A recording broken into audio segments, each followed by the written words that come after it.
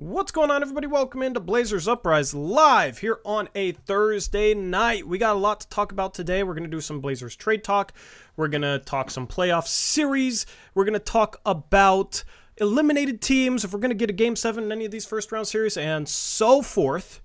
And it's me. It's Eric. I got to run for about 10 minutes. I got something to tend to real quick. So at start of the stream, you guys get an Eric solo, and legitimately, Eric, that's my intro, and I'm out of here. But I'll be back in 10 minutes when we'll talk about some fun stuff. So if you have anything for Eric, also let me ask you how you're doing first before I dip. How are you doing, good. Eric? You gotta go. Yeah, I got this. yeah. How are you doing? I'm doing good. Tori just had a game winner in overtime and is. Yeah, that's why stream's going a little late. So, but yeah, I'll be back running around scrambling. But you guys love an Eric solo stream, so here you go.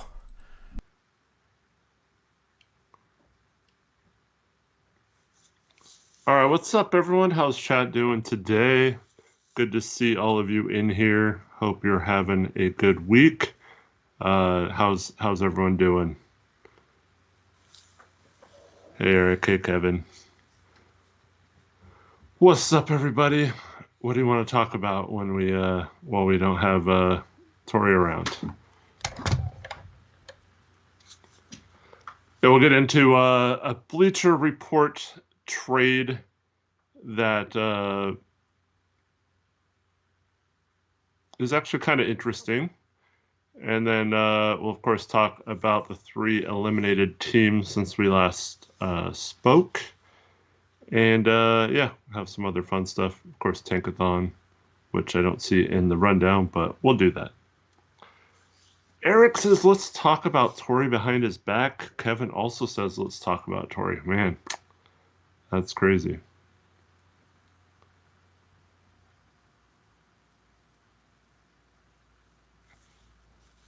Gavoni keeps mocking Edie to us. Should I be concerned?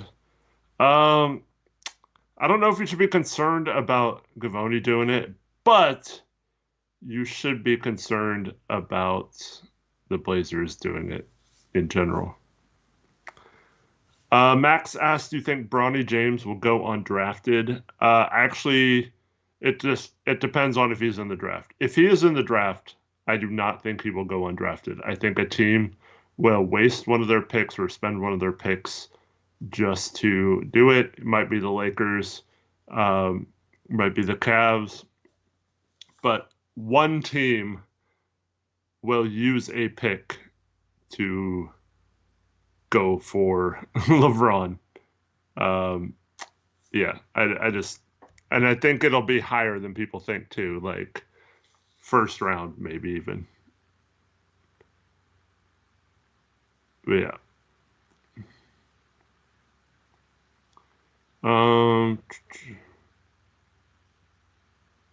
Can't remember why, but is there a reason Ayton can't play the 4? Well, one, he'd be awful. He's already not great defensively, and we'd be horrendous on defense if we had Ayton at the 4. Yeah, and he doesn't space the floor. He's usually in the middle of the paint around the free throw line, unless you have a 3-point shooting 5. I just don't see how that can work. But, I mean, positions aren't super important anyway. But yeah, mostly because he can't play the 4 defensively.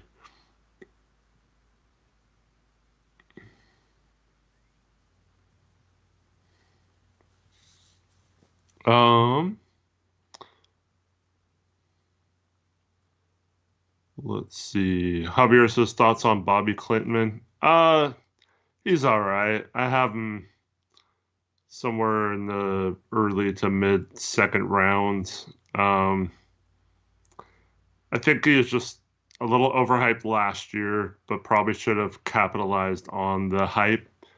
And I don't think his season was anything to get excited about in terms of the things people were expecting to see, or the things that were hyping him up last year. So I think having another year of tape on him and stuff, was bad for his overall draft status. He could still be a fine player. I haven't seen anything super special for him outside of things that people are just hoping he somehow develops. Um, Bot says I prayed for Dave's health today, and I haven't prayed in like 8 years, to be honest. Yeah, I was kind of nerve-wracking watching that game. Just I was the same way. Just please don't get hurt. Please don't get hurt for next year. Like, don't make this be a horrible decision. Um, yeah, I mean, you wonder what would have happened if Giannis and Dame both got to play this game. Would have made things very interesting, but yeah, unfortunately, it just wasn't meant to be for the Bucks with those injuries.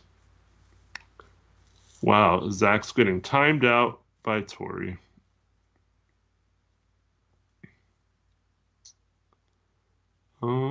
Let's see what else, you guys. Kevin asked, "Who do you think is going to win?" Boston meant to finally get it done. I mean, Boston should win. It's all set up for them, especially in the East. Um, they should be able to uh, easily win the second round against whoever wins between Cleveland and Orlando. And I mean, they're much more talented than New York or Indiana, so they should win that series. But Boston's had a lot of series in the past that they should win, and it hasn't always worked out for them. But I still would sleep on Denver. I I know some people think, or I saw someone in chat say they were sleepwalking. I don't know, man. I think they're pretty locked in, and I still think they can play better than they've played for complete games. I think as we go along, their experience will be evident. Um, Donald asked, "Would you rather keep Kamara or Walker?" For me, it's definitely Kamara. I like both players, but Kamara just has uh, a little bit more uh, elite role player than Jabari does. Because Kamara can guard multiple positions. Jabari's a smart defender, but he's not like a perimeter defender like that. He'd struggle keeping up with guards at full court like Kamara can do.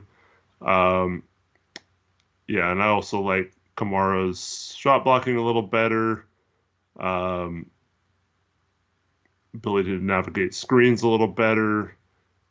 And Kamara, I think, is a little smoother handling the ball, has a little bit more upside there as well. But also, I mean, I'm pretty sure without looking at it that Kamara ended up this season better shooting the three than Jabari did. So, yeah, I don't think it's relatively close between those two. Like I said, I like both of them, but Jabari, uh, I just he's not the right type of role player if you had to only pick one that would succeed with our core moving forward.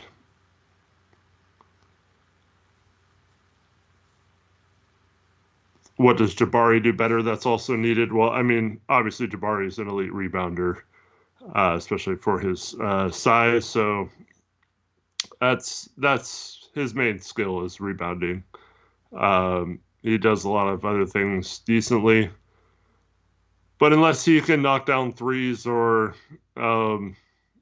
do something a little bit better on defense on the defensive end, I don't see how you can choose him over a guy who has potentially, you know, borderline all defensive team capabilities if he puts it all together. Um,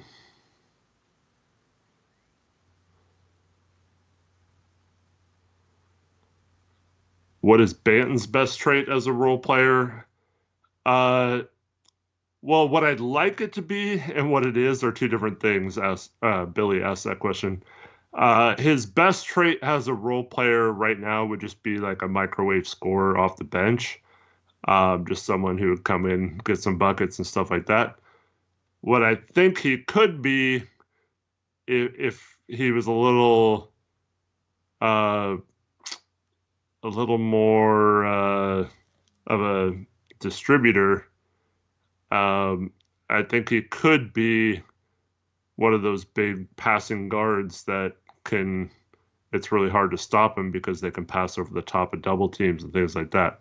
So I think you could see a situation where um, he could be that, I guess, but he just hasn't really shown a willingness to be that kind of player enough to be anything other than just a scorer, maybe. Um, Mute that Bozo says I'm ignoring his question. Uh, he says, I heard that Tori could not be here because he's the proud new father of twin girls. Is this true? I wish I could say that that's true, but it is not. That is false news. Where do I rank Dillingham? I think I have him fourth on my big board. I think he's going to be a star point guard, and if you're a team that needs a point guard, I'm definitely taking him. Yeah, that was a suspicious. Right. Chris S says, yeah, it's triplets. Yeah. See, it wasn't twins. Yeah.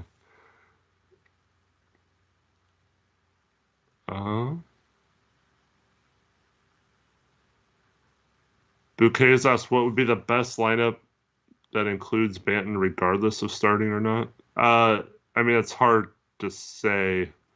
I mean, if you're just talking about this year, I don't really know. I mean,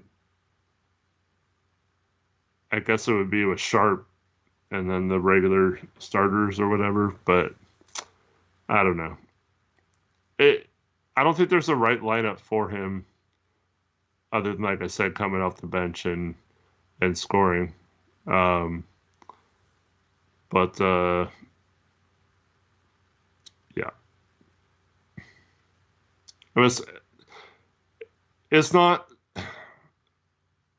Let me put it a different way. Ban's not the type of player that's just going to get to be the right role player if he's in the right lineup. Like, that's not what's holding him back. It's just his mentality with any lineup. So I think he's got to be in a lineup where he needs to just score if he doesn't change who he is as a player. So I just think it's like that. What's up, Bonnie? What's up, Zach? Welcome back from your timeout.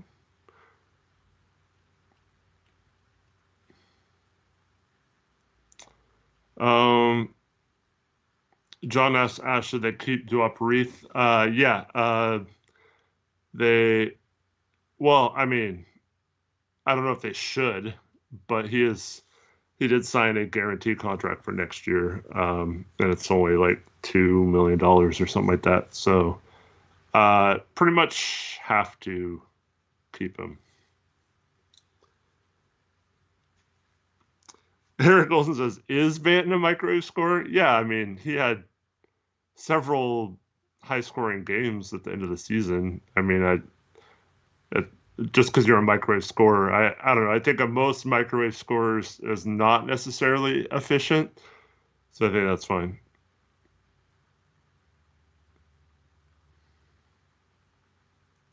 Zach came back with a renewed sense of responsibility. That's good. How do I feel about Brandon Roy as coach? I mean, that'd be cool, both for nostalgia and because, I mean, he's been coaching high school, seems to like never lose. I don't know. So yeah, I don't know. I mean, he doesn't have any NBA experience, though. They were talking about giving him a role when he was part of our draft lotto last year. Um, what's up, AJ? Uh, so yeah, I don't know. It'll be interesting to see who the Blazers send to the lotto this year. I think we all want it to be Joe Cronin, right?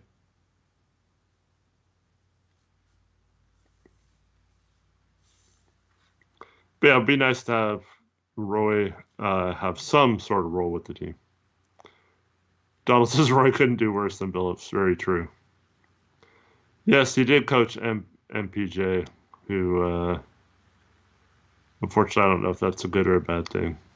Because I think he also coached his brothers, too, that year. Taylor says, I bet it'll be Terry Porter. Nah, Terry's not getting another coaching job. Wait, what? How is Taylor Packer a mod? This makes no sense. Someone changed their name to Taylor Packer.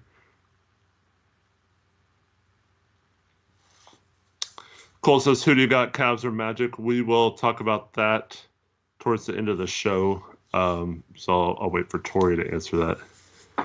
Oh, they'll send Terry to the lotto. Okay. Yeah, that makes more sense. I thought you were saying Terry would be our next coach. Yeah, I don't think that's going to happen.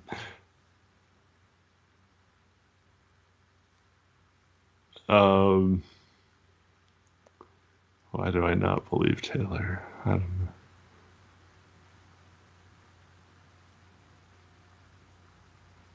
Kyle Neely says, I feel like people look at Banton like they looked at Hart. I feel like neither one of those players gets enough respect. Both can easily get buckets against NBA defenses. It's not that easy. Yeah, but Hart did a lot of other things better. So, yeah.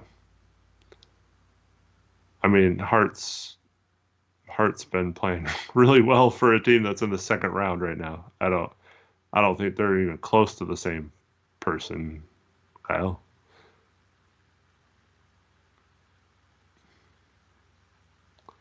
Do you have ops in chat, Taylor?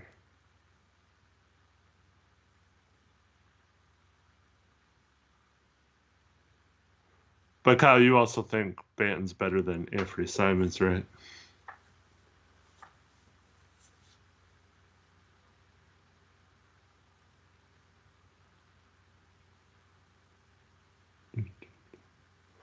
Zach did some detective work and found out that Taylor is indeed Taylor.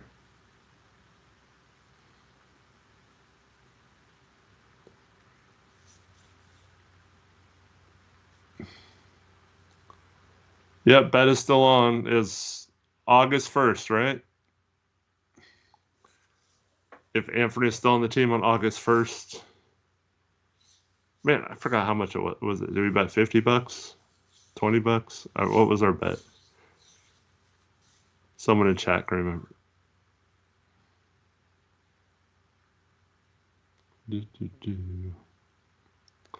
I completely blanked on what the $20. Okay. Rich is in chat. He says, "Hey gang, everyone hit the like button, and I hope everyone is doing well." I'm surprised Rich can see the computer screen right now, but Rich had his surgery on Monday. Just in case you haven't heard, it seems to have gone well, but he is not doing well the last few days. He's in a lot of pain, and then the Bucks had to go and lose tonight and bring him more pain. But everyone wish Rich well in chat. Rich, I'm wishing you well. Also, when did we mod Taylor Packer? I did not mod him, so I have no idea. Did I mod him? I don't remember modding him. I don't know, man. I'm baffled. I think I might have. But I think it was like just a spur of the moment thing that I stopped thinking about like 5 seconds later. Yeah. It happened just this straight. No, there's no way. There's no way. I didn't mod you. Unless Eric modded you. Unless Eric's trying to troll me. Which could be possible. I promise you I did not. I did not. I wouldn't. I don't even know how to mod someone, or if I can. You like... Oh, yeah, you're not on the Blazers Uprise account. For some reason, I was thinking you were the one streaming.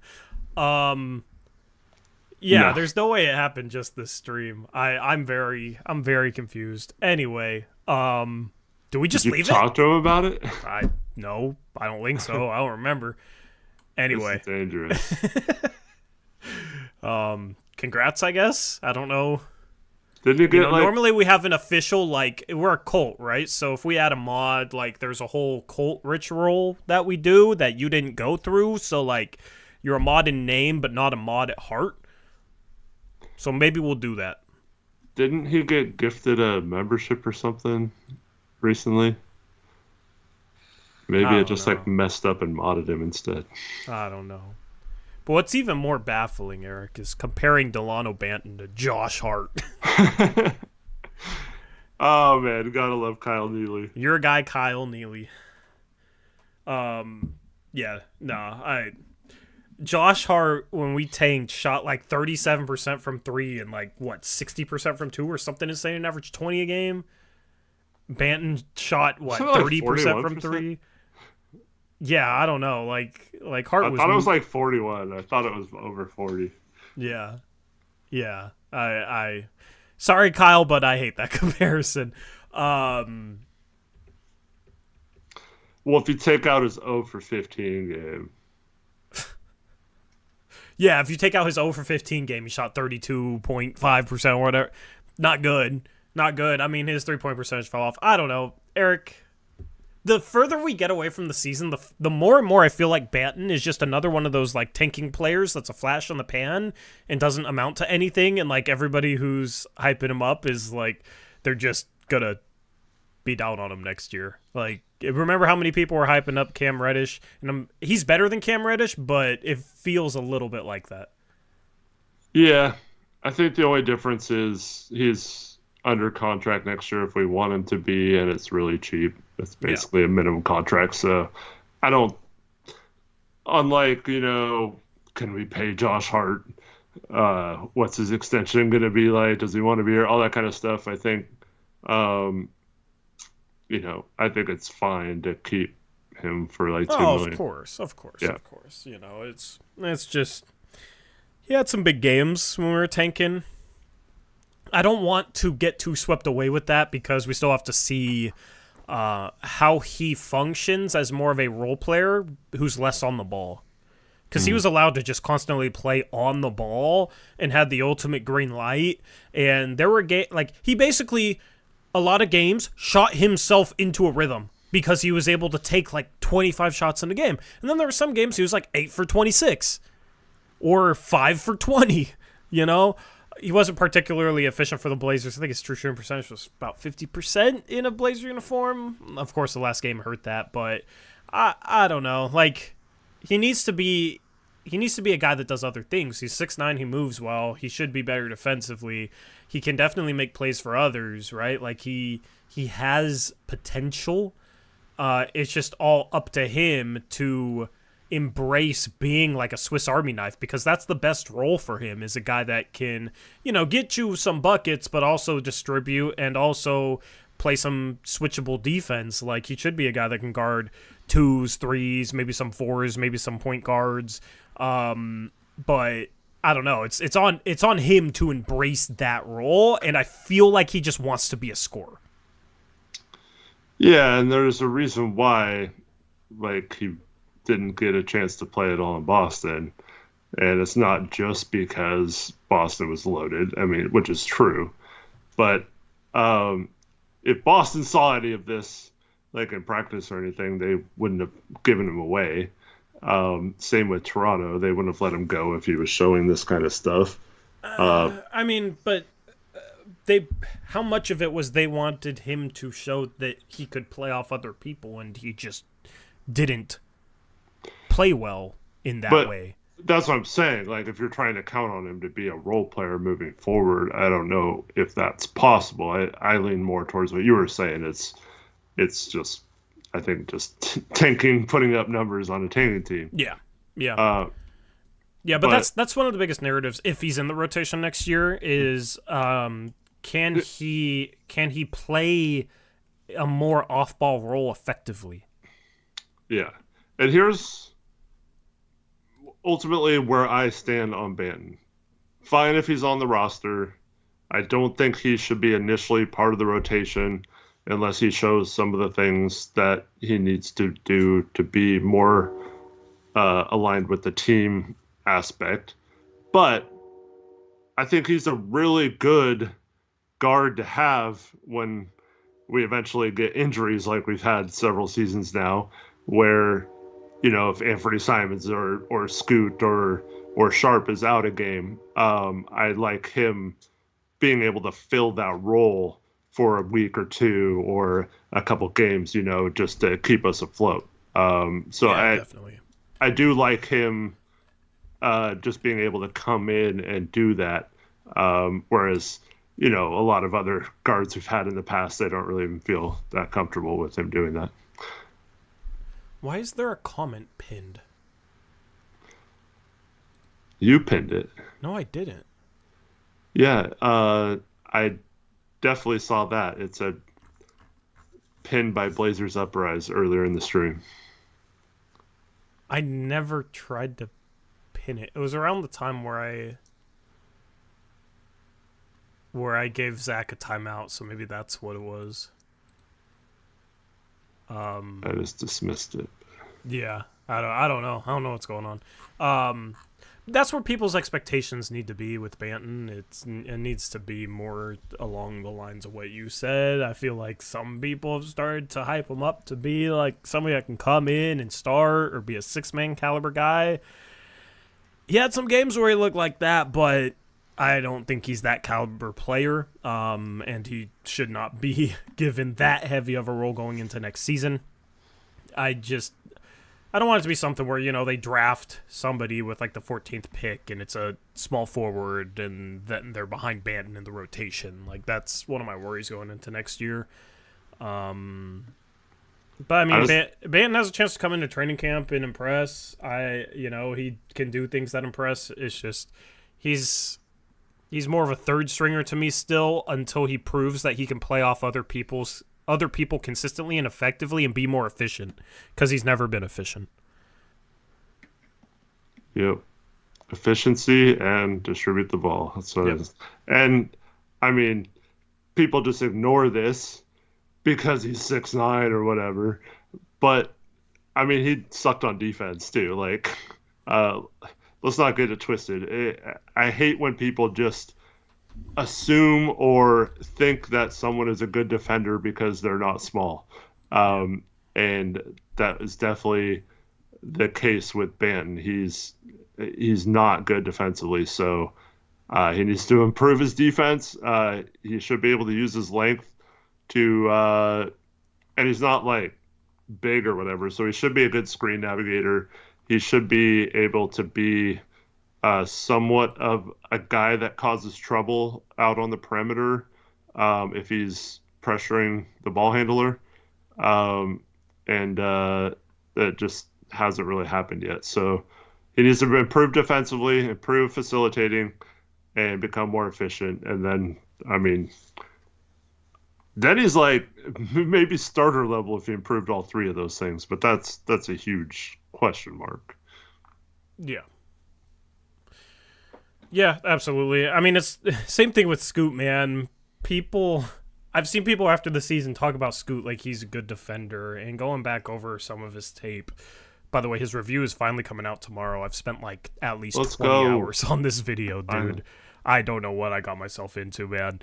It's going to be like a 30-minute film breakdown of Scoot's rookie season. So, but just, he got beat off the dribble too much. Like, if he didn't get beat off the dribble, he was fouling, where he was sliding and creating too much contact, right? Being too physical and getting called for fouls.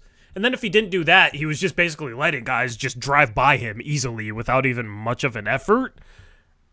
And then anytime a screen came around, he would die on it. Like, he was awful getting through screens. As an on-ball defender, he's not good yet. Hopefully he will be one day, but he is not, like, I feel like people think he's a good defender because he'll, like, maybe slap the floor, like, get in a stance, and, you know, like, he kind of has this attitude like he's a good defender, and people like that, I guess. I don't know. But if you actually watch the film, you watch the defense that was played by him this season, it wasn't good, which is fine because he was a rookie guard. You don't expect a rookie guard that's 6'3" to come in and be a good defender, and that's what I was saying before the season too, is I expect him to struggle defensively, and he did. It's just funny how, like, Banton and Scoot get talked about like they're good defensive players because they really are not. Hopefully Scoot, I mean, if Banton becomes a good defender, great, but more importantly, Scoot becomes a good defensive point guard. Yeah, hopefully once the game slows down and he starts to understand it a little better, this isn't a problem, but I felt like it was kind of Myers-Leonard-esque to where you could, like, tell he's, like, trying to think about what to do too much, like, and not just, like, do it, you know? And so that's not necessarily something that can't change. So hopefully as he starts to learn what to do on defense, he doesn't look like he's trying to think about it, and then while he's thinking, he just, like, that it's, like, too slow to react to what he's supposed to do and stuff. So hopefully as the seasons go on, he gets a lot better at that, because I do think he has the tools to be a good defender if he does learn the game a little better. But yeah, not yet, unfortunately. Let's get into the trade talk. All right. Whoops, did not mean to do that. Let's get into the trade talk. So there was a trade on Bleacher Report that our guy 503 ended up tweeting out on his Twitter page, sparked some discussion, and I don't even want to give my opinion on this trade yet. I want to get chat's opinion through a chat poll, Eric, and I want to see where chat is in terms of a trade like this. And I don't want to influence them at all. Okay? Mm-hmm. You want me to list the trade? Yeah. So I got the image right there. Okay, do you want to run through it while I make this poll? Yeah. There is a slight typo in it, but not from you, Tori. From 503. Or from Bleacher Report, I guess. I think it was Bleacher Report, yeah. Yeah. The trade exception typo, yeah. Yeah. So the Philadelphia 76ers would get Andrew Wiggins. They would use some of their cap space. We'll get into how much cap space they have later in the show when we talk about the Sixers. And a little bit of cash from the Blazers. The Warriors would end up with Malcolm Brogdon and Robert Williams III. And for those two players, the Blazers would get Kevon Looney. They would get the number 16 pick in this draft from the 76ers. And this would also create a couple of trade exceptions, a big one, the full amount of Malcolm Brogdon's contract for $22.5 million, and a smaller one for Williams minus Looney's contract, about $4.4 million. And so just a couple things about this trade. It would put the Blazers significantly under the salary cap or under the tax line to where that wouldn't be a problem. And Kevon Looney is he's got a non-guaranteed contract, which I assume will get picked up fully for this trade to work, but he would be an expiring contract after this next season. Yeah. Just let me know what you guys would do as Blazer fans, all right? Now, let me just say Philadelphia would not do this trade. Yeah. They would not waste their cap space on Andrew Wiggins and give up the 16th pick to do so before free agency starts. They have dreams of getting Paul George. They would rather just draft somebody with 16 and then strike out on Paul George than give up 16 and their cap space to get Andrew Wiggins. So this trade is dead from the start, I think, on Philadelphia's end. But still wanted to talk about it because I wanted to see what you guys thought of this trade. And I also wanted to see the way you guys were thinking about this trade, because I think this is a good trade to talk about the way that we're thinking about trades going into this offseason. Right. And that's how I want to set up the conversation. But I'll give you guys like 20 more seconds to vote in that chat poll and leave your reasoning in the live chat. Right now, it's like 70% yes, 30% no. 40% say strong yes, 30% say weak yes, 10% say weak no, 20% say strong no. So the people that don't want to do it, most of them really don't want to do it. If you said strong no, let me know why in the chat. For the like 9 people, 8, 9 people that voted strong no, let me know why in the live chat.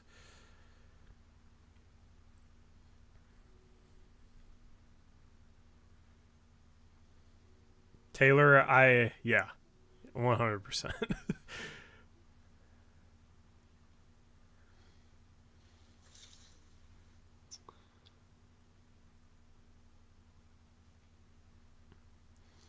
I'm waiting for the people that voted strong no, Eric. Yeah. Because I'm curious. This is going to be a discussion. Well, Tyler James says we need to get younger players. Well, I mean, we're getting another first-round pick, so... We're trading how are we... Yeah. Brogdon and Robert Williams for Looney, and first-round pick is younger?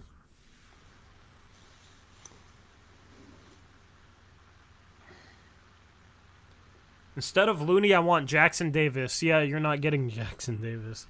And they have to trade Looney to make the salaries work, I think, so... Yeah. What's up, JP Savvy? All right, let's end this chat poll. Let's talk about this trade. 69% said yes. Actually, it's I don't know. The percentages are weird. 68% say yes and 30% say no, Eric. And 2% are lost to the void, I guess. Yeah. Good old rounding. But, so this trade is a good trade to bring up for multiple reasons, right? And let me read off this comment. I don't know what it says yet, but it's somebody that said no. Tayton says weak no because I can't confidently say we will use the trade exceptions. Then the most valuable thing left for us would be the 16th pick in a weak draft. Yeah, I mean, I'm not saying yes or no based on like our confidence in them using the trade exceptions. And honestly, they probably don't use the trade exceptions, and that's not why they should make this trade. Okay, Eric, I would vote strong yes. What would you vote? I'm on the fence between weak and strong yes, but it's definitely a yes. Here's why I think it's a strong yes, okay?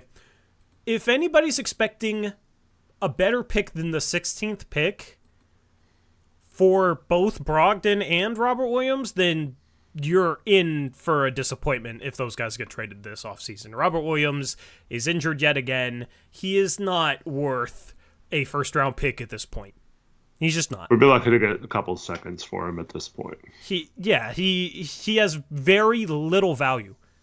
He had more value before last season, which is why I wanted to flip him before last season, because we had DeAndre Ayton already at the center spot. Those guys aren't ever going to play too well next to each other because neither of them are three-point shooters. People are like, oh, we've needed a center like Robert Williams for forever. Well, yeah, when we're Ayton trying will to be win. next year. Yeah. We were trying to win, though, so now we're not. But the point being, like, Robert Williams does not have first-round value, and Malcolm Brogdon, honestly, at this point, might not have first-round value either. Especially if he's damaged goods. This injury that he's dealing with is not good for his trade value. It's just not. And I truly don't believe Portland wanted to keep him past the deadline. I think that was just them excusing keeping him because they knew they couldn't trade him because of his injury. That's just speculation. Maybe it's wrong, okay? That could definitely be wrong, but it makes more sense to me than them wanting to keep him. Because where are they at right now? They're $9 million over the luxury tax going into an offseason that they're rebuilding. That doesn't make any sense. And they have a bunch of guards. And they just got a fourth guard in Banton, basically. So they don't need a fifth guard in Brogdon. Not that Banton would play ahead of them, but you get my point. So Brogdon last offseason was traded for the 30th pick, and then that trade got nixed because he couldn't take his physical in time by the time the deal needed to go through. So it got backed out of. Okay, and you can say this is a weaker draft, so maybe he's worth more than the 30th pick, but with 1 year left on his deal now, he could be a rental, he's injured. It's hard to see him having any more value than the 30th pick, even in a weaker draft. Because if anything, his trade value, I think, would have gone down since then. And the only way Portland gets back a decent pick is a future pick if a team gets desperate, if they strike out in free agency, right? So if you're trading him for a pick this year, you're not going to get 16. I think is too high for him, right? So this is a strong yes for me because you're getting back the 16th pick, and it's funny because people see a trade like this and they'll immediately be like, "Why are we getting Looney? We don't need Looney." That's not how you should think about a trade like this. It's not about who they're getting back. It's about how much money they're saving and what draft capital they're getting back because they're in rebuild mode. Okay, the 16th pick is justifiable draft capital to get back for both Robert Williams and Malcolm Brogdon at this point because both of them are injured. And the Blazers end up saving $27 million. So with that comes a positive opportunity cost, right? Because they're going to have to deduct the tax anyway, and it might be as simple as giving Robert Williams away for nothing at this point if they get desperate and can't figure out other ways to deduct the tax because they're $9 million over. Jody's not going to want to pay the tax on a rebuild. It doesn't make any sense. Because of that, they can't use a mid-level exception in free agency. They're not going to sign anyone. They're already $9 million over. If they sign, they would have the taxpayer mid-level exception, $6 million. They'd put them $15 million over the luxury tax in a rebuild. They're pushing the second tax. Yeah, then they're pushing the second tax, and it's like you don't have even a rotation spot open because you got Brogdon. If you keep him, you're probably going to give him some minutes next year. If you keep Williams, you're probably going to give him some minutes next year, plus whoever you draft, right? So not only does it net you a pick, but it also saves you $27 million. And for that $27 million, you then have opportunities off of that because instead of being $9 million into the tax, they are $18 million under the tax, which means they can sign a full mid-level exception if there's a guy out there they want to go and get, and they can convince to come sign in Portland. So you get some value back just because you open up that opportunity. You only open up that opportunity by making a trade like this, right? And people always, and I can't blame them, right? They see a trade like this and they just think about it in the vacuum. Okay, this is what we're getting for who we're trading. But you also have to think about it in terms of, okay, what is this allowing us to do? What is this opening up? Is there some value in the opportunities that we gain off of a trade like this?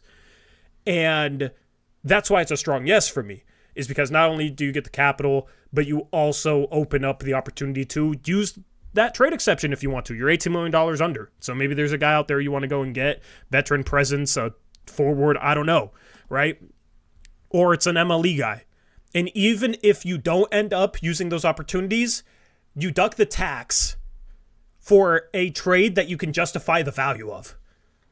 And then you can take back salary if you make a trade at the deadline. You can take back more salary. You don't have to worry about that because you're not only $1 million under the tax or $18 million, right? So the flexibility gained is a huge, huge thing. And that's why it's a strong yes for me. And this is how we have to think about trades going into this offseason for the Blazers is any trade where the Blazers are saving money, how much money are they saving? Because that will provide some value in the trade outside of just, they're getting back the 16th pick and some trade exceptions. Yeah, and you mentioned this already, but I would venture to say they wouldn't use either trade exception and just take that cap savings. But the interesting part would then be if we were 18 million or so under the cap heading into the trade deadline next year, does a team offer us a first round pick or something good to duck the tax? Because by that point, there might be maybe one, if none, other teams, no other teams that have the ability to take on a contract, because a lot of those teams are going to get overpaid to do so this summer and use up their cap space. So, there's the new rule about getting to the minimum cap floor as well. So a lot of these teams, even if they have cap space this summer, wouldn't have it going into next season. And a lot of those teams also wouldn't have trade exceptions if they use cap space. So we'd be in a unique position where we have cap space kind of, even though we're over the cap technically, and could take on stuff. And that's the exact position we need to be in when it comes to these kind of deadlines and trades and stuff, is then just think about getting maybe a pick swap for next year's draft, or capital based off of this trade. The opportunity cost to do another move down the road would be there, or like you said, even if it's just a free agent signing or some sort of roster move that wasn't available prior to this. And then when you look at a guy like Kevon Looney, so unless it's a young player that we think is going to be a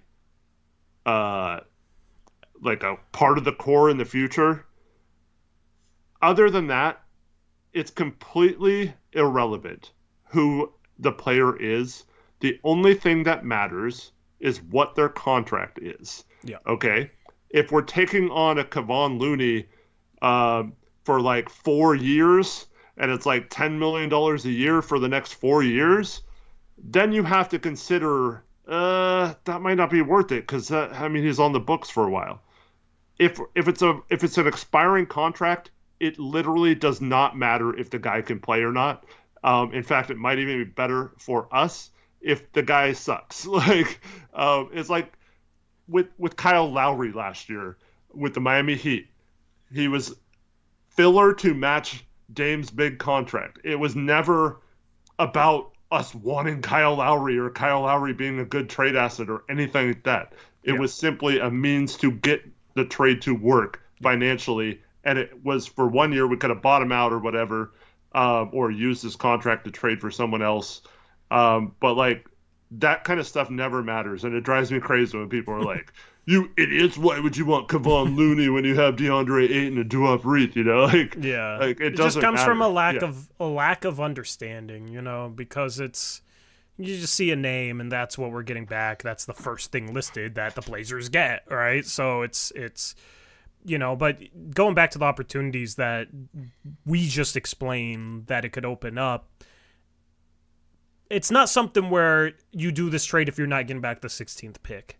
You do duck a lot of salary, but you have to get back something tangible to justify trading Brogdon and Robert Williams. Mm-hmm. It just doesn't make sense to trade both of those guys for only opportunities down the road, because you don't know what's going to come and what's not going to come. Okay? If you get back the 16th pick, a draft pick like that you could sit there and justify the trade just in terms of we got back the 16th pick. That's pretty good draft capital even in a weaker draft for Brogdon and Williams, considering their injury issues, and Brogdon has a year left and the Blazers have to get rid of him, right? And they, in itself, even if you don't look at the opportunities it opens up, that is justifiable. Now, then you can look at the opportunities like, okay, and it opens up potential possibilities down the road.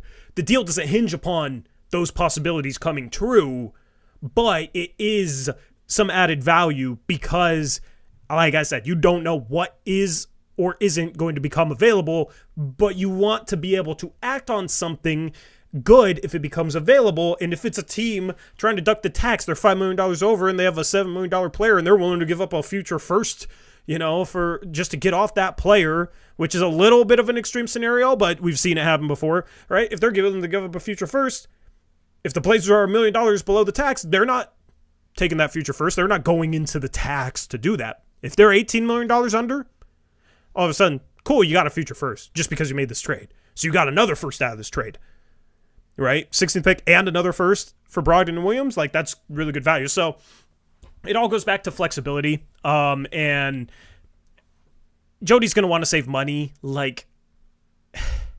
In the past, when the narrative was, we want to build a winner around Dame.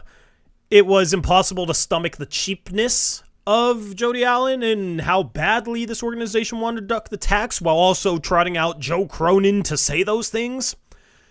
But in rebuild mode, I can't hold it against her, Eric. Like, we're in rebuild mode. We should not be in the tax. No, we should not. It's kind of ridiculous that we are. I mean, I'm going to be pissed if we stay in the tax. Yeah, like you don't pay the tax. Like, even if we had a rich owner, even if I was the owner and I was the richest owner in the league, like, Joe, come on, man, we're in a rebuild. Why are we in the tax? There's no reason for it, right? As a rebuilding team, you want to be able to accumulate assets, okay? But this new CBA is even tougher in terms of punishing teams that are further into the tax. So you want to be below the tax to have these possibilities in the first place, and it's not even cheapness, right? You don't have the full mid-level exception if you're into the tax. That's a CBA rule. That's not a Jody being cheap rule. So, end of the day, you want the opportunity to act on possibilities that come along. That makes sense for a rebuild. And saving this much money, while I'm sure some people will look at it and say, well, screw Jody, I don't care about her pockets. Okay, I don't either, but I do care about the assets that the Blazers have. And if it puts them in position to get more of those, then that is a good thing. Yeah, absolutely. Completely agree with all that. So, we'll talk about... Go ahead. Tristan just came in and said, how would this make sense at all for the Sixers? I mean, it doesn't really. But once again, this isn't our trade idea. This is something on Bleacher Report. I mean, I'm guessing they're just thinking that Andrew Wiggins is a former All-Star. could some... I mean, they do need a small forward. I don't know. Yeah. This is the type of trade they would do if they maybe struck out in free agency, but the 16th pick wouldn't be there because it would have already been selected. Yeah. So the Blazers wouldn't be able to get the 16th pick and then like package it with 14 to try and trade up for a second top 10 pick or something like that. Well, yeah. I was thinking about this. Okay, so once again, we'll get into this more later. But so Bobby Marks said if they cut everyone that is a free agent or whatever, like release their cap holds, they could get $64.9 million. So even if they did this trade, they'd still be like $30 million under the cap. Maybe they look at it that way, like we could add Wiggins and another player. I don't know. Yeah, but you're not in territory for Paul George if you're only $30 million. I mean, that's their major move this summer, right? Yeah. Yeah. Like, if Paul George is leaving, I feel like he's going to Philly. Like, they're just going to keep rotating star-level wings, you know, Jimmy Butler, Harden, Paul George up next. Like, you know, they've put some guys next to Embiid, but, you know, that obviously has not worked out well for him. We'll talk about that in a second. But, yeah, they want their cap space. And if they sign Paul George, it's like, okay, well, there goes a team that could take back a lot of salary that could help the Blazers save, like, $27 million, you know, or just completely get off of Brogdon without having to take something back. And that's the thing, that's the problem with people assuming that it's going to be easy to simply move off Brogdon and save over $9 million, because teams that are over the cap, you're not going to save $9 million with because they have to match salary to a certain point. So you're at least taking back a big enough salary that you're not going to save $9 million. So it has to be a team under the tax or a team with a big enough trade exception. Those trade exceptions that big don't really exist. So you're just looking at teams with cap space. If teams use that cap space in other ways, whether it's a trade for Wiggins that maybe doesn't involve the Blazers or signing someone, then those opportunities dry up and it's not going to be easy to duck the tax. And that's the assumption that I feel like a lot of Blazer fans have made. That is wrong to assume that it's going to be easy. It might be, but there is a legitimate possibility that they're struggling to and maybe have to do a couple of trades where they get back less value, simply deduct the tax, a la Norm Powell, Robert Covington trade. Mm-hmm. Um, Eric Olson brings up Jeremy Grant to the Sixers. Would you, okay, just take everything out of this trade. The 16th pick for Jeremy Grant. Would you do that? I know the Blazers wouldn't, but would you do that, Tori? No. Completely clearing his contract? No, like, it's not a You'd want another future It's not a first. good enough asset. Yeah. Like, if we'd have the 14th pick, maybe. But in this draft, when we already have the 14th pick, like, I don't think the 16th pick has no value, right? Like, I would take it back in this trade that we're talking about easily. But for Jeremy Grant, it's not enough. Yeah. Like, he's a better asset than chunked. Brogdon and Williams combined. Yeah. You just say get choppy. Oh. Well, I'm saying if we had 14 and 16, we could get Tajon and Chomchi, and I could, mess my pants up. Oh, God, yeah. That could be unbearable. And then they end up being Keon Johnson. Yeah, sure. Tijon shoots more mid-range jumpers over the backboard. I'm sorry, Eric, but did you see that clip? You're not going to let that go, yeah. No, I haven't even brought it up once. What do you mean I'm you not brought going up to let last it stream. go? No, I didn't. Did yeah, I? When we did the mock draft, yeah, you brought it up. I don't even remember. You made a joke about it, either last stream or this stream. I've never seen... I've just never seen it before. Yeah. I've never seen it before. So, maybe he's... I don't know. Is he ever going to be a mid-range shooter? I don't know. As long as he can hit threes and get to the rim, that's fine then, I guess. But that play was... Just one shot. Have you ever done that on a mid-range pull-up? No, not unless I was like goofing around trying to shoot like a rainbow shot that hits the roof or something. Yeah.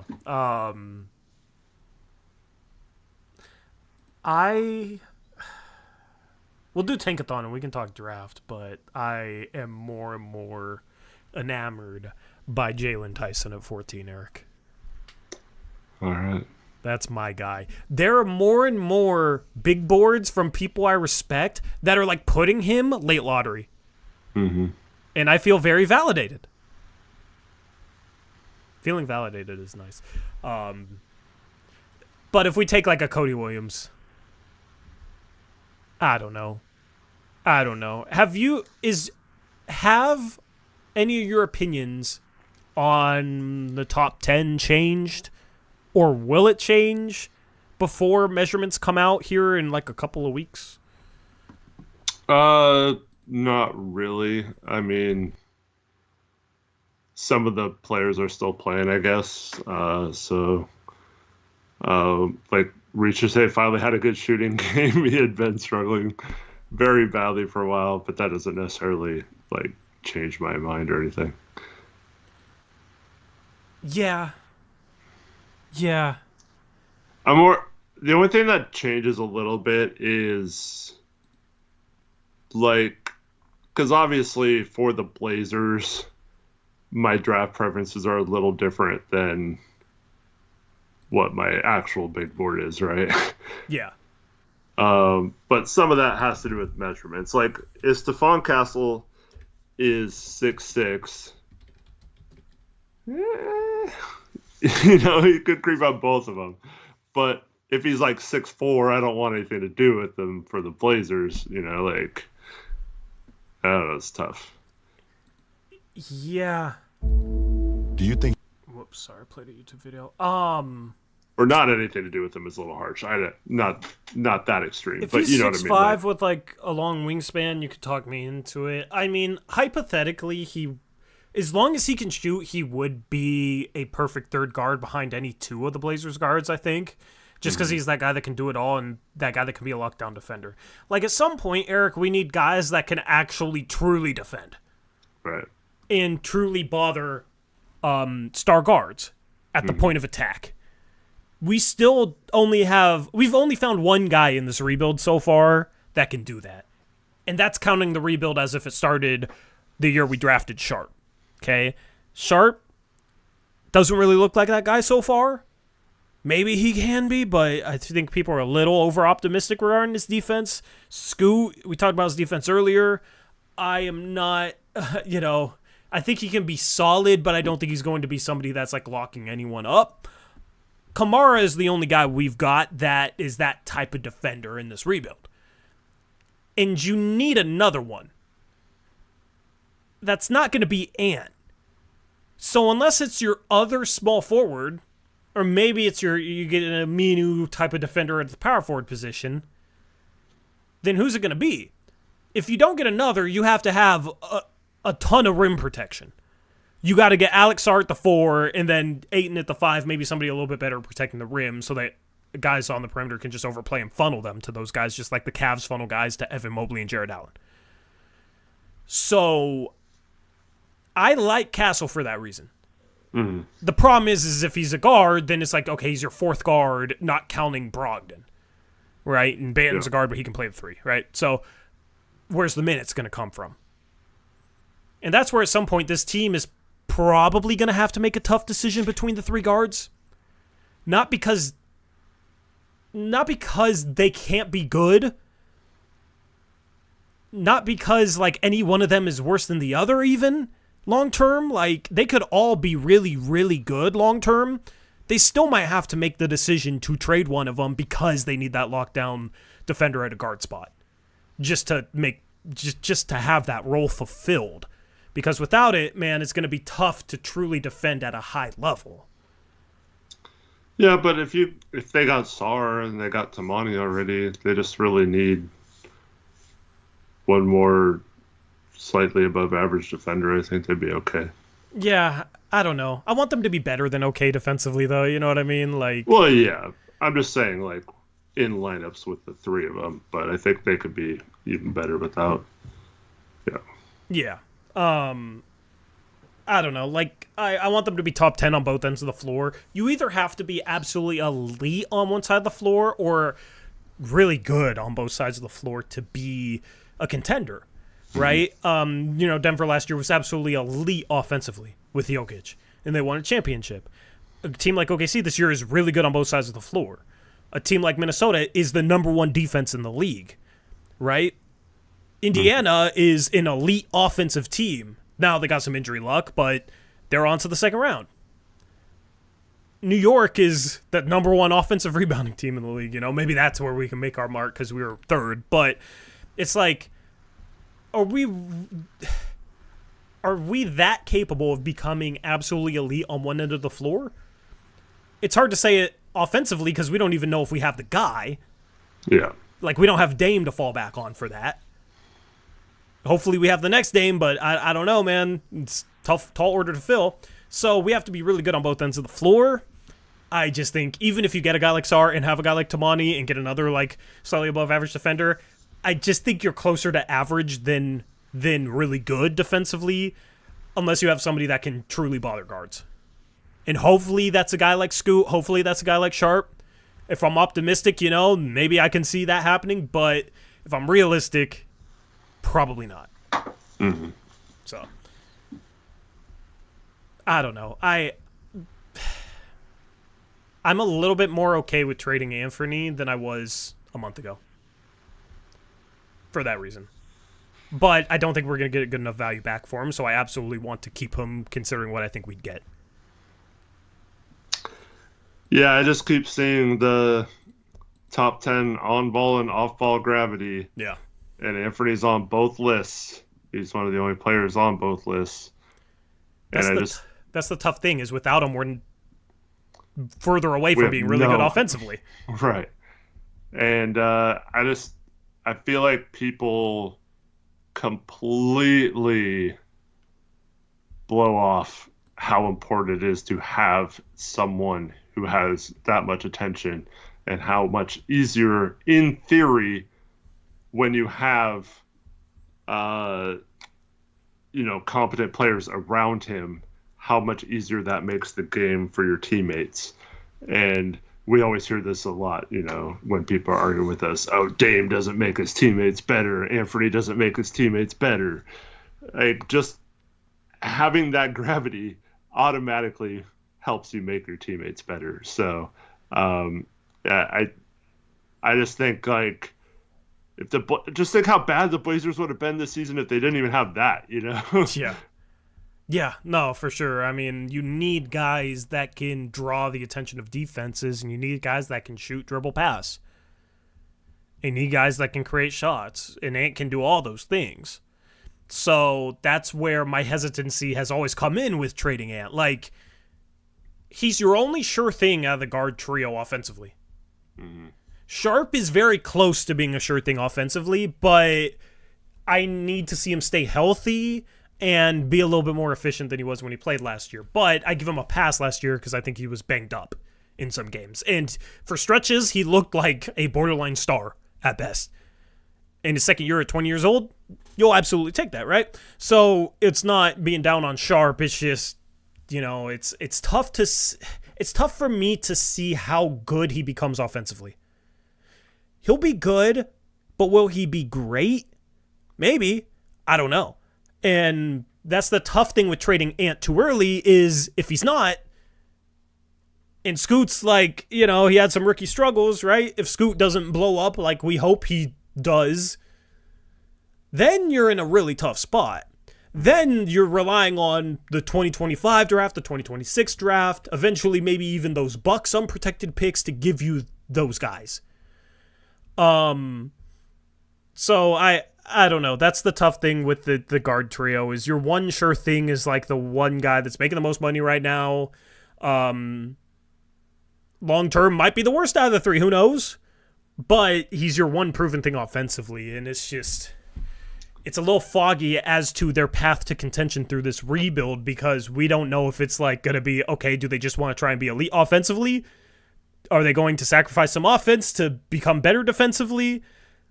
What do they value and what identity do they try and forge? Because right now they don't have one. So I can be talked into I don't know. I could see them, if they did trade Ant, I don't expect them to trade Ant at all. If they did trade Ant and it was clear that they were pursuing some sort of identity for the future and they were still valuing the rebuild, I wouldn't hate it, even if the value wasn't fully there, because at least it would show me, okay, they're at least pursuing an identity and a direction. But you can't just trade them to trade them. That's the dumbest thing they could possibly do. Yeah. I mean, take it with a grain of salt, because it's Joe Cronin at a press conference, but the surprising part of me, if they trade either of the three guards, and this is the reason why I confidently bet with Kyle Neely on this, is you just hear him say that we're still in talent acquisition mode. And so, like you said, if you're accepting a slightly less offer to just have fit over talent, that goes, once again, completely against what he said. And they're just trying to get as much talent, and then they'll figure things out from there. So if they do that, it's another complete 180 from what he said his plan was. And that would, this time, now that he's free of the Dame burden, that would surprise me if he just flat out 180 degrees flipped from what he said in media day or exit interview. Kind of a side note, my one worry with him saying he's in talent acquisition mode is I don't know how much he values long-term putting together a cohesive roster. Because we've seen GMs play the let's just get as much talent as possible game, right? Mm-hmm. How'd that work out for Phoenix? If you looked at their big three and the Minnesota's big three, you're taking Phoenix's big three, right? Talent-wise, Minnesota, they had a better bench, but did they have more talent? I don't know. But what were they? A much more cohesive team. Okay? Yeah. And that's the one thing we haven't seen yet with Joe Cronin. It's not like he's been in a position to he started a rebuild, right? He was trying to put players around Dame and then ran Dame out of town. So it's not like he's failed this test yet. But I don't know what he thinks about in terms of roster building for an actual winning team, despite him preaching, I'm going to build a winner. Is it just getting talent?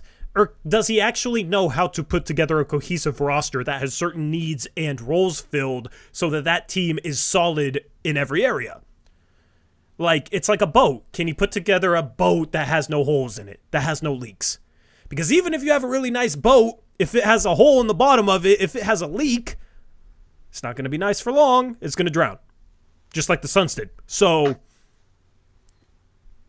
just something I thought about with the whole talent acquisition thing. Yeah. So, anyway, chat, if you have any other trade talk questions, post them in the chat. Otherwise, we will move on. Touch quickly upon 2 playoff series that ended today, Eric. Taylor says the only evidence we have of his ability to team build is our roster last year. His complete oversight of a functional bench was concerning. Yeah, well, I would take it a step further. We had him and all his cronies, some of them in chat right now, say that he had to make all these moves. He had to clean up Olshey's mess, right? I freaking hate that talking point. But that's what it was for years, right? Yeah. And it's not that Olshey didn't leave a mess. It's just people have abused that figure of speech to excuse stuff that they shouldn't have. Right. Go on. But then, conveniently, when he's going into a summer over the cap $9 million, when he had already cleaned up his messes and then created a whole new mess that's in a much worse spot in a much tougher CBA with stricter trading restrictions and a lot of teams that won't even be able to trade this summer legitimately. That's like that makes me think like no, he wasn't just cleaning up Olshey's mess. He just doesn't know what he's doing, right? Like legitimately, when he started cleaning up the mess, what did everybody preach for him? Oh, he's given the team flexibility so that they can do things in the future. Now when I bring up that they're $9 million over the tax in a rebuild, it's, oh, well, no, it's easy they can duck the tax. Oh, yeah, it's so easy, dude. It's so easy. So easy they had to give up Norman Rocco for literally nothing because Joe Cronin was out-leveraged, and what could you expect him to do because he was over the tax? It's just, the talking points of the cronies have become so hypocritical, it's gone full circle, and it's hilarious. That's why I'm laughing. Well, I don't think people are going to understand what's going to happen this summer. There's a couple teams with cap space, and some of those teams are going to go hard at free agents, so they're not going to want to use that to salary dump. Like, Philly's not going to take salary dumps for picks, you know? Like, they're trying to win a championship. So Orlando's not going to do that either. They're trying to put the pieces around them to take that next step from the 4th or 5th seed to, you know, like playoff or championship contention. They're not going to take like a salary dump of like a bad contract for picks or whatever. And yeah, like OKC should be in a position where they stop doing that at some point. And then Memphis is probably thinking they're going to be back next year. They're probably not going to do that. It doesn't leave a lot of teams with cap space, like maybe Detroit or whatever. Yeah. Depending on if they get a new general manager. But there's not a lot of teams that are just going to be like, oh, Golden State's like $20 million over the tax and they need to duck it. We'll just take it for a 2nd round pick or whatever. Like, that's not going to happen anymore. You're going to have to give up huge capital for that precious cap space. Like, look at the Suns. They're going into offseason where they cannot aggregate contracts in trades. They cannot take back more than any of their contracts in a trade, which means, like, if they try to trade Yusuf Nurkic in a $17 million contract, they couldn't combine it with Nas Little and get a $25 million player. They have to only get someone less than Yusuf Nurkic and only do a one-on-one trade like that, or they can bring on multiple players making less if they all combine to make less than Nurkic. But they're like in a tough spot. And then on top of that, they could only sign minimum contracts and draft picks. They have no exceptions or anything available to them because of their cap situation. Yeah. And there's multiple teams like that. How do you think those teams that want to free up a little bit of space to get into a position where they can make a little bit different trades, you don't think there's going to be a massive bidding for what those few teams that do have the space and are willing to take on those contracts? You don't think there's going to be bidding between those other teams to raise the price of that salary dump? It's going to be crazy. It's not just going to be easy. Now, you might get lucky, and it might be as easy as just giving Thibault or Robert Williams away to a team because you can make a case that those guys could be pieces on some of those contending teams we talked about.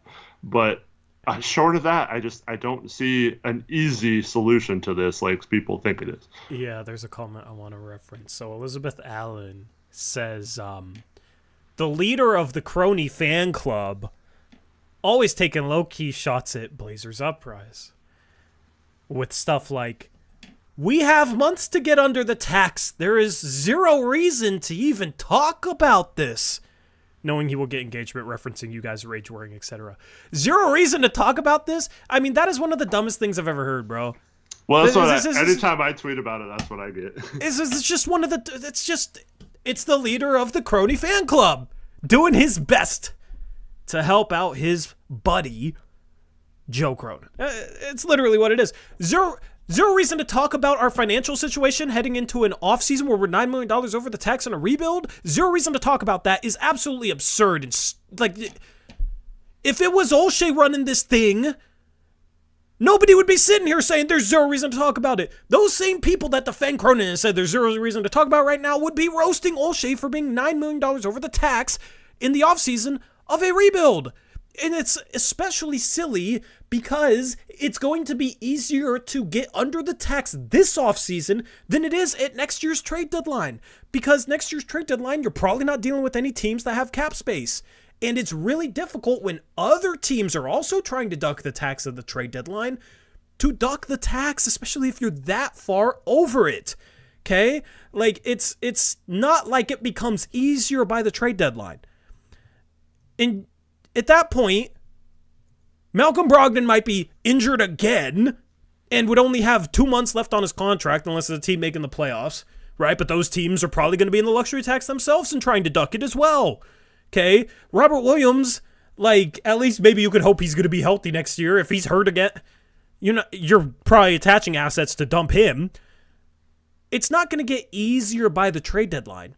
So a comment such as, we have months to get under it, there's no reason to talk about it right now in May heading into the offseason, is freaking ridiculous, man. And a lot of it comes down to Jody Allen and Vulcan and Burt Cole and that whole ordeal. Do they want to be in the tax going into the season? Because I bet you they don't want to worry about it. So that's just a silly, silly comment that's trying to take the heat off Joe Cronin for putting a roster on the floor, a 21-win roster in rebuild that's $9 million over the luxury tax without doing anything this offseason. At least if you can duck the tax by enough, you open up other moves, other opportunities like we talked about in that trade. Mm-hmm. So don't even listen to any sort of quote like that, because that, to me, is a perfect example of the bias that they have for the GM of this team. Yeah, well, Eric Colson says, insulting our intelligence. Yeah, that's literally like an insult to our intelligence. Really? Yeah, like Gregory Dundon is doing in chat. Even if you think they can duck it months from now, it still doesn't mean that we should not talk about it. Right. It's something that matters. Yeah, and it's the most relevant thing to the Blazers right now, whether you want to think that or not. I think Danny has a lot in common with Draymond Green. And I say this because Draymond yesterday on his podcast said, kind of got all high and mighty about knowing the cap. And he says, if you know anything about the cap, LeBron could opt out of his deal and they could sign someone with the cap space and then sign LeBron using bird rights, which means they could add a third star and get really good players and better their team. Just forgot about this thing called a cap hold. But whatever. Really? He really did that? Yeah, and he was saying like, oh, if you understood the cap, it's exactly what that guy does. That was referenced. I'm not going to say his name, but like he pretends like he knows what he's talking about, but he doesn't actually know. He's like, well, I'm going to let the GM do his job, that kind of thing. And so they all think. That's probably how they think. It's like, oh yeah, all he has to do is make a trade at the deadline. It's fine. You realize if we go into the season and there's not a team that can take a salary dump trade, let's just say most of them use that up. Our only real way to duck the tax would be to trade someone just to get a contract that we can stretch and get under that way. So we'd have to trade like Malcolm for like a $22 million contract and then stretch it for 3 years. Well, if we get lucky, maybe it's 17 mil. Right, yeah. You're still not under the tax, though. You're still $4 million into the tax. Yeah. So you waive and stretch it. And then so you're like, yeah, then you're easily under the tax. But guess what?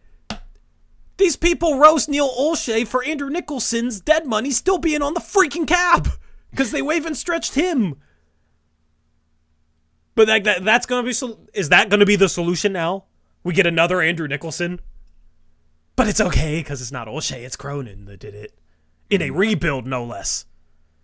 Like at least Olshey was spending money trying to very flawed, but trying to win around Dame. He obviously failed and didn't do a good job, but at least that's what he's trying to do. No reason in our rebuild to have dead money on the cap for 3 to 5 years to duck the tax. And it's all the same people that excuse trading Brogdon for a first-round pick this year, an expiring contract. If the result is you end up trading him for a contract you have to waive and stretch at the deadline, and maybe not much else because you really need to make that trade at the deadline if you're in the tax. How's that? How did it make sense to keep Brogdon? You know what I mean? Brogdon should not be on the roster next year. Well, it's just like keeping Didi Louzada over Nickeil Alexander-Walker and then having to stretch his contract at that next offseason, right? Yeah. We literally had to stretch him just to get under the tax that summer. Can we hit the refresh button on everything? Ownership, GM, coach, roster, and media?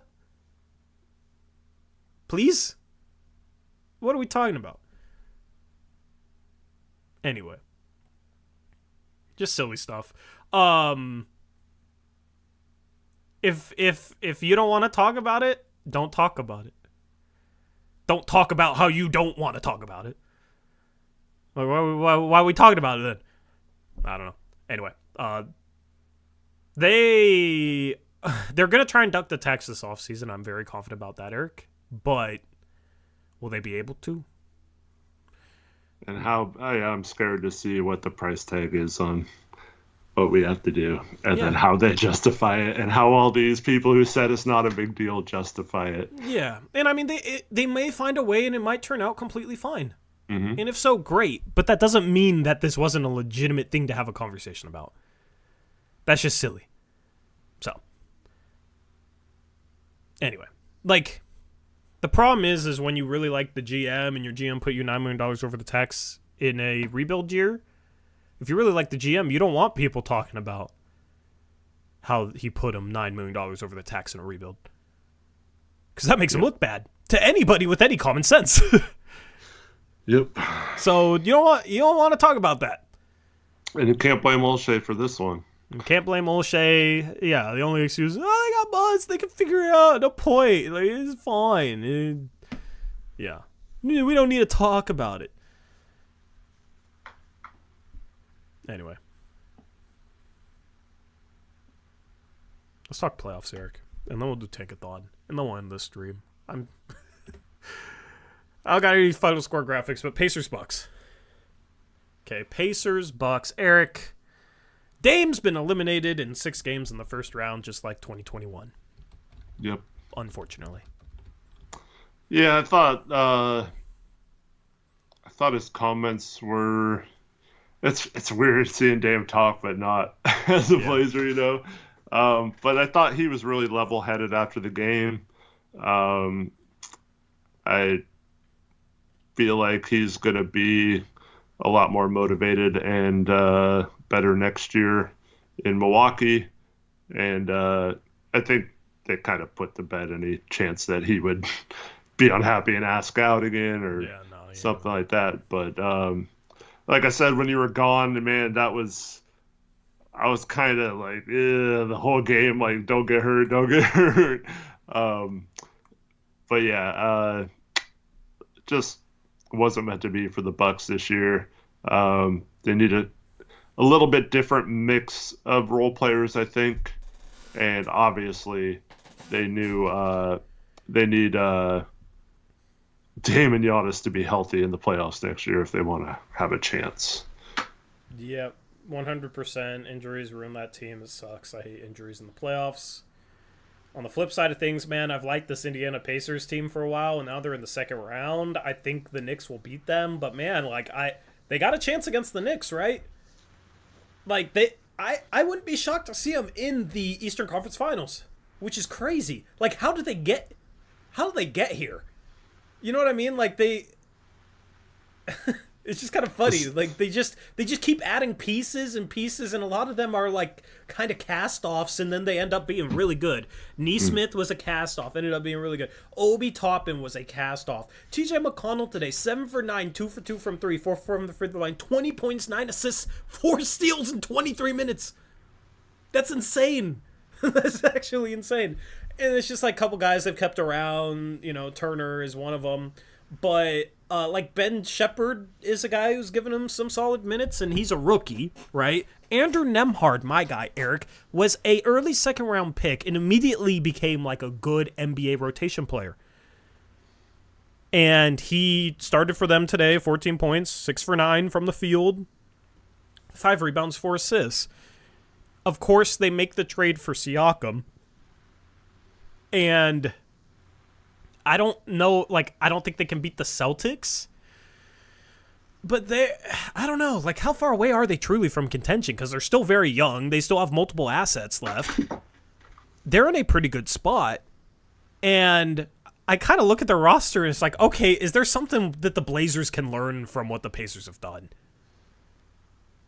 In terms of how we go forward. I mean, yes and no. I mean, you do need to find players that fit well in their roles, but you also, I mean, when you have a dynamic playmaker, it just elevates the whole team. And I don't know if that's as easy to replicate. Hopefully we have that on our roster already in Scoot. I mean, he should be able to be that type of player eventually. Hopefully. We need it. I mean, I think Halliburton shot over 40% from 3, if I'm not mistaken, almost every season he's been in the league. So he was a multi-year college guy, though. He just, 2 years? Yeah. No, I'm just saying that's like the only reason that makes it a little different is despite his shooting form, he consistently knocks down shots. You've got to respect him. So it allows him to get in the paint a little easier, maybe. But other than that, yeah, we should be able to replicate some sort of production playmaking-wise from Scoot. But then you got to have shooters, and you got to be able to space the floor, and you have to have a lot of, like, tough players, too. Like you mentioned, TJ McConnell. Neesmith has turned into, like, basically a defensive specialist. And yeah, I mean, we know the role players. Turner's a good. The role players fit their roles really, really well. They're very cohesive. And then, of course, the Siakam trade was really nice for them. So here's my thing with that, Eric. Like, he's been good. And you look at that, you look at the Timberwolves with Gobert and how good the Timberwolves look right now. For the Blazers, is it simply get close enough to being a contender and then maybe in 2026, 2027, I don't know, maybe even probably not sooner. 2026 is pretty soon. But just get as close to contention as possible, and then you got that Celtics pick, you got that Bucks pick, you got the swaps, maybe have your future firsts, right? Open those up. Maybe have a couple of young players you can toss in. Is the direction for this team just to get close enough and then make that Siakam or Gobert type of trade in like 2026, 2027? Because Timberwolves made that Gobert trade and everybody's laughing at them last year. Nobody's laughing at them now.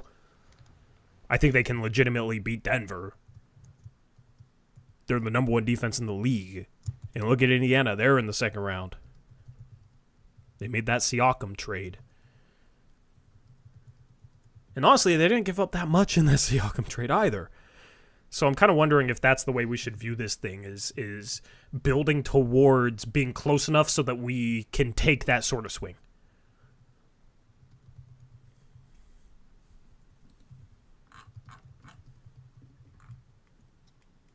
Yeah. Got to be the right piece, though. It's got to be the right piece. Yeah. Yeah, I mean, I don't know who that is down the line. I just, it's all about like building through the draft and building through young players and becoming as good as possible through natural rebuild processes, right? But there's teams that have gotten to contention in different ways. Like New York, they pay Brunson more than Dallas was willing to pay him, so he goes to New York. He leaves Dallas, and all of a sudden he's a freaking borderline superstar out of nowhere. You know what I mean? And they're the 2 seed, and they're playing Indiana, so one of those teams is in the Eastern Conference Finals. And New York, like, they made some moves where I questioned it. Like, this probably isn't the best route. Like, are they ever going to be able to contend with some of the moves they're making, like Brunson and Randall? Like, this year they trade for OG. They just keep adding. They have a bunch of future first-round picks still. They got some really good role players that fit their roles really, really well. Josh Hart's one of them. Dante DiVincenzo is one of them. He was a little bit of a cast-off. And now they're the favorite to go to the Eastern Conference Finals. So there's different ways to get to contention, and I'm just wondering for the Blazers, if they had cap space, is there a guy out there that could have a Jalen Brunson-esque jump, if they signed him, right? Is there, cast-offs that we can bring in, like a Neesmith, like a DiVincenzo? And DiVincenzo was a good player. He wasn't necessarily a cast-off, but, like, nobody thought he would be as good as he was this year, right? You're bringing in players that are role players, and they're playing better than anyone expected them to. Is there players out there for the Blazers that could help make this rebuild a little bit easier? And that's just some of the things that this year's playoffs has me thinking about the Blazers rebuild. Yep. All fair questions. Elizabeth is absolutely right. New York got some advantage still being New York. Brunson wasn't going anywhere else because of that, so they got him. Yeah, but they were paying him more money than anyone else. And whenever you're offering more bag than anyone else, you got a chance, even if you're Portland. So that's where it would be nice to have some flexibility, Eric. But yeah. I was one of the few people who liked the Brunson signing, but yeah, I can't remember my take. I didn't like. You got the cap space, might as well use it. I just didn't think Brunson would become this good. 41 today for Brunson. The Knicks beat the Sixers. Sixers are done out in the first round. They lose at home in Game 6. I wanted the series to go 7. Really wanted to go 7. Yeah. So it sets up this second round series between the Pacers and the Knicks. Do you have any thoughts on the Sixers? Their season's done. Yeah, like I mentioned earlier, $65 million in cap space approximately if they let like Tobias and Paul Reed as a partially guaranteed. Now that they lost in the first round, would have been fully guaranteed if they won this series. So that gives them a little bit more cap space. And Yeah, Batum is a free agent. Don't remember Robert Covington. I think might be as well. Um, they have another. Oh, Lowry is a free agent. You either bring those guys back on minimums or whatever, or let them all walk. I think. Um, and yeah, you just go big game hunting. If I'm the 76ers, I think Paul George is a really good fit there, so that's who I would target. Yeah. And obviously, he's probably the best free agent out there in terms of realistically having a chance to get. If But Paul I mean, George leaves, what does Kawhi do? I don't know. I mean, he signed an extension last offseason, surprisingly, right? So I think he's locked in. They Could you were imagine like him demanding a trade though, because Paul George left, right? Remember he Yeah. came to the Clippers because they traded for Paul George in the first place. So imagine him, demanding out because Paul George left for the Sixers, and then Ballmer's opening up that new arena with Delano Banton as his starting small forward.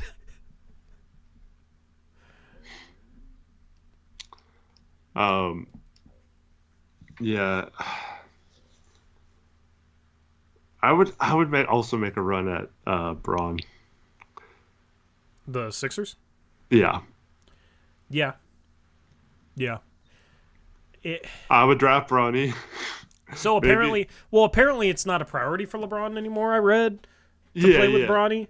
yeah. I don't know if he's just saying that, so it takes a little bit of pressure off of Bronny if he doesn't come into the draft this year, Yeah. or that it doesn't. I think he might be saying that too because he wants maybe he wants him to go at a position where the Lakers can get him so he can stay in LA and play with him, or maybe even not get drafted and then can just sign with LA as on a two-way or something, and so they can still play together. But it's not a case where he feels pressure to have to go to like Portland because we drafted him. Yeah. Man, I mean, that Lakers team, they're not winning anything anymore. Like they do have here they do have 3 first-round picks. I expect them to trade like 3 first-round picks for like DeJounte Murray or someone, and then LeBron comes back because of it. That's Yeah. what I expect. I don't know if it's going to be DeJounte Murray or someone else. I don't think they have enough for Trae Young, but maybe. They don't really have any young players that are worth anything, so it's just those picks.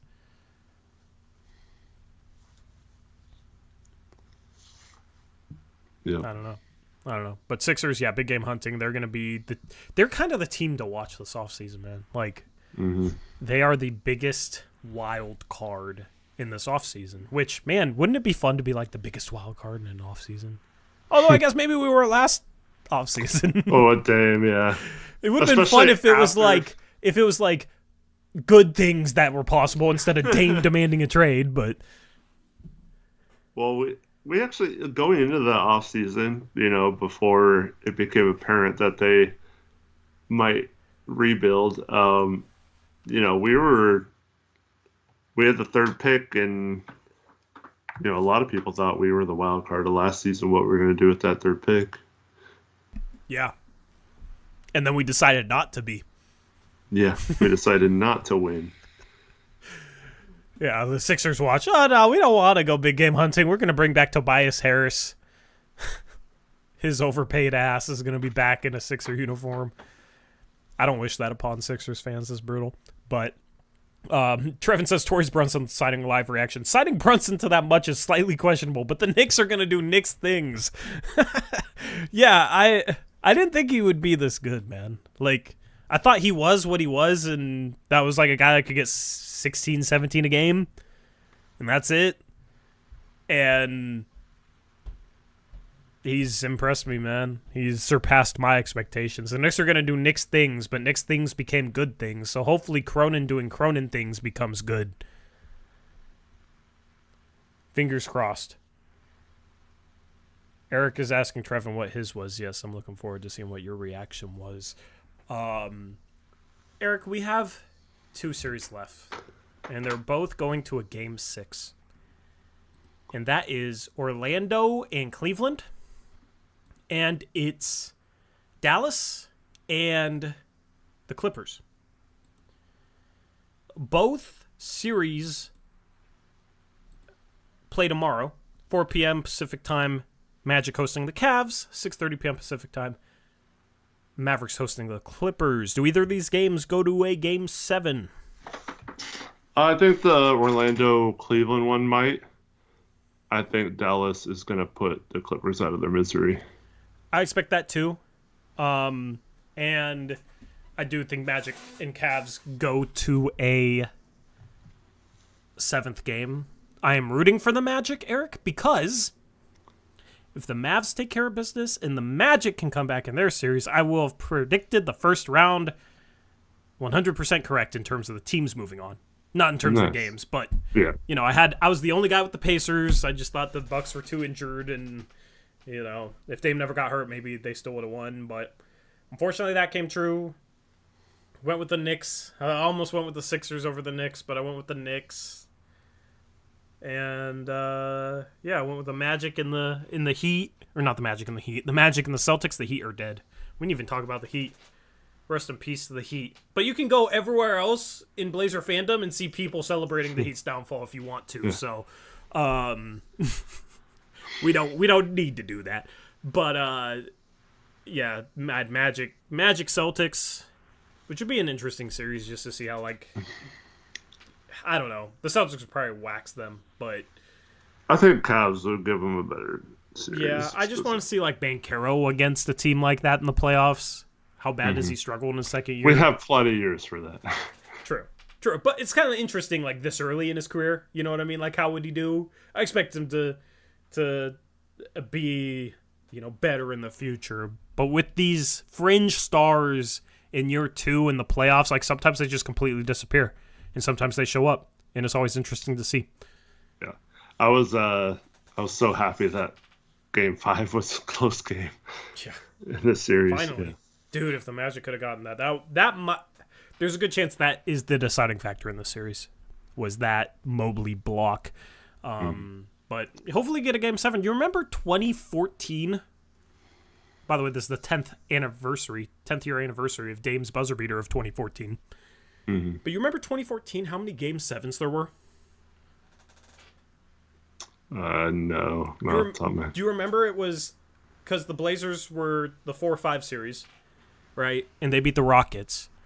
And then, if you remember, it would have gone 7 if Dame doesn't hit that. Yeah. But every other series in the West, I believe, was a Game 7. Even, remember, it was Spurs, Mavericks, and Mavericks were the 8th seed, and that was the series where Vince Carter had that buzzer beater. Was that Warriors Clippers? I think it was Warriors Clippers. Because that was the year after the Warriors made the second round, and then they lost in the first round, and then they won the championship. Yeah, I think. let me look it up. But I remember, you don't remember rooting for the Mavericks to beat the Spurs in that Game 7? I don't know. Man, if the Mavericks won that series, how different would things have been that year? The Blazers could have beat them. Yeah, there was 5 Game 7s. So you had Indiana as a 1 seed versus Atlanta as an 8. And I think that was the Roy Hibbert, right? Roy Hibbert, Paul George, Indiana team. Yeah, that was the last time they made it out of the first round. Yeah, so there was a Game 7, 1 versus 8 there. And then Brooklyn versus Toronto. Toronto was the 3. Brooklyn won Game 7. I think that was when they still had Paul Pierce. But then in the West, yeah, you had Clippers, Golden State is the 3-6, and then OKC and Memphis is the 2-7. Then OKC ended up making the conference finals and lost to the Spurs. And this year, we're hopefully we get 1. It's funny because it feels like there's more parity now, but the playoffs don't play out that way. Yeah, a lot of the series were disappointing. Yeah, the Suns. I expected the Suns to give the Timberwolves a fight. I didn't expect the Pacers to win in less than 7. Knicks and Sixers probably should have went 7. Hopefully we get some Game 7s in round 2, though. I think Thunder and Mavs will go 7. 6 or 7. I think that series will go long. But yeah, 2014 was crazy. I miss having that many Game 7s because that's always fun. Mm-hmm. Shout out Brandon Romero, $5 donation, says, happy for Josh Hart. Y'all love Josh Hart as a Blazer, so did I. Blazers can't scheme players at all. LOL. Are we ever going to be a playoff team again? Hopefully. Hopefully But, we don't like, have 2 or like a 3 king. years from now. Hopefully we don't have a Kings drought, man. It's certainly possible. Could you imagine? Especially if I like, dude, I better not have like a 12-year-old celebrating with me on stream because, yay, we finally made it back to the playoffs.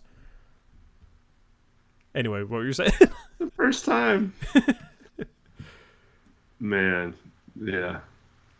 I think the longer Cronin and Jody are in charge, I think that's possible. Dude, honestly, hearing that the Blazers are for sale would be... Like, we didn't like Stotts, so we were excited when they fired him, right? Yeah. But if we get a tweet, the Blazers are for sale, I will celebrate more than the Stotts stream. I will celebrate more than any stream ever, bro. Like... Nice. Chat, do you guys feel the same way? Like, wouldn't that be a... I mean, of course, they could say, oh, just kidding, we're not selling it like a week later, right? Then, oh my goodness, I'd be so pissed. But, like, them selling the team would be such a sigh of relief. I think I'd wait to see who bought it first, because if it's someone with not a lot of extra money, it could still be a cheap thing. Yeah, but at least it's not worse. Right. And at least they might know. But if they sold it to someone like Rich that had a lot of money and that wasn't a complete dirtbag, yeah. Someone like Rich, huh? When you said that, I was thinking of Rich. Yeah. Rich is probably delirious on medicine right now, thinking that he owns the team, maybe. Hell yeah. That's a dream I want to be in. I mean, yes, but even if it's somebody cheap, like, if they actually have an interview process to hire a GM and actually want the team to win, that's better, even if they're cheap. So, bring in a new GM, bring in a new coach. Like, the only way the culture changes is from the top down. I have no confidence in this team ever doing anything under this ownership group, but, you know, we can hope. That tweet would, I think, bring a lot of people back, too, that kind of left after the Dame trade. Mm-hmm. If this team got sold. Like I said, I just want to refresh it from the top down. That'd be amazing. That'd be amazing. It just sucks because with Paul, I never had this feeling. So. Anyway. Anything else you want to get into, Eric? Tankathon. Oh, yeah, we're going to do Tankathon. And then bedtime. And then bedtime for you. And then dinner time for me. I haven't eaten all day.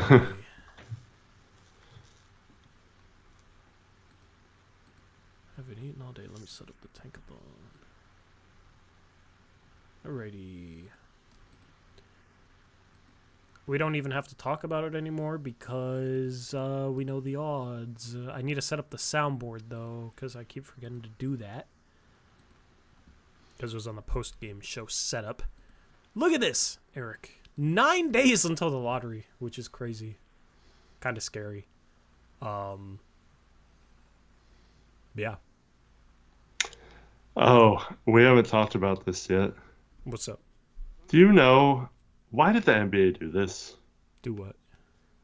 It's at dinner time on Mother's Day. Is it?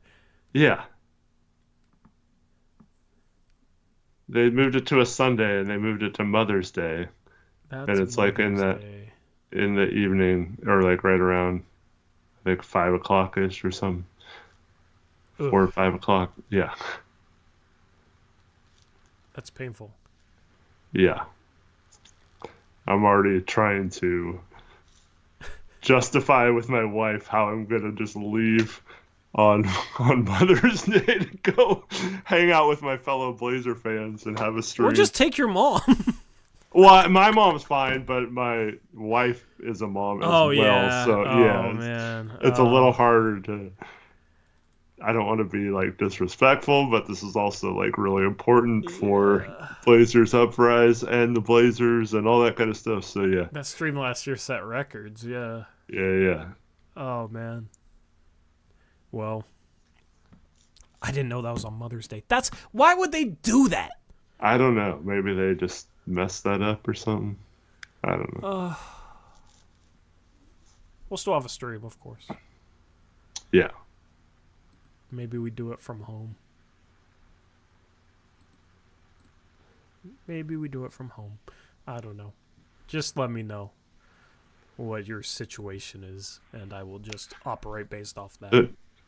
Yeah, as far as my mom goes, one of my best Mother's Day memories was we went to a pizza place and watched Game 7, the Denver Yeah. series, and we're all sitting there sad. Everyone was looking at us because the Blazers got down. They were down 17 or something in the first half. They were down big. And then by the end of the game, like everyone was watching and going crazy, and yeah, so that was really fun. But I don't know if the lottery is quite the same thing. Yeah. I mean, Although if we get the first pick, yeah. Could be, yeah. I mean, I'm excited just to know where we're picking, bro, because it just changes the conversation about prospects, right? Like, we wouldn't have had Brandon Miller versus Scoot Henderson talk if we didn't get a top 4 pick, if we didn't get the 3rd pick, all right? We would have been talking about, like, should we take Anthony Black at 6? You know, like, it would have been completely different. So, and maybe they decide to trade the pick to help Dame. Maybe we still have Dame because they're not enamored with anybody with that pick. I don't know. Probably not, but I'm ready.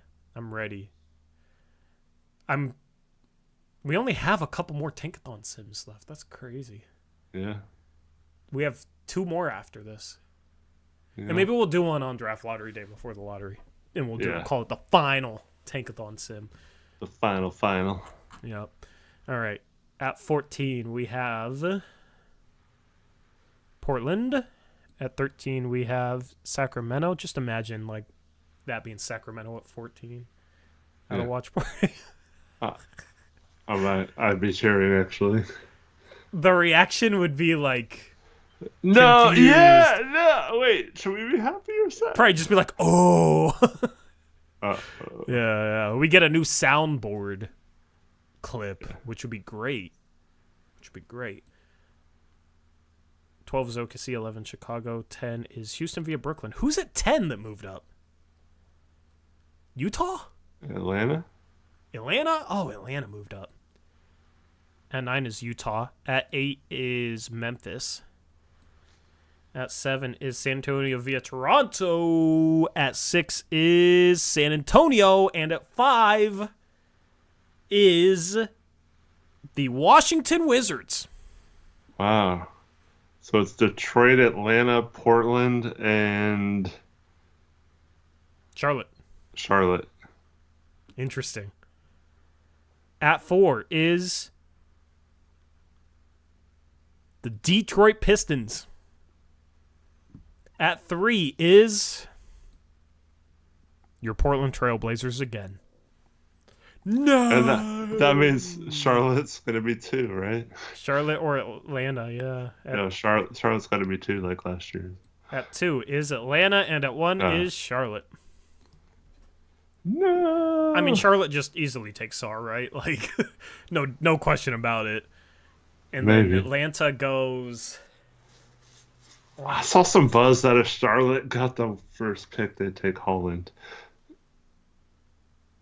I've seen Holland, like, starting to rise back up boards again.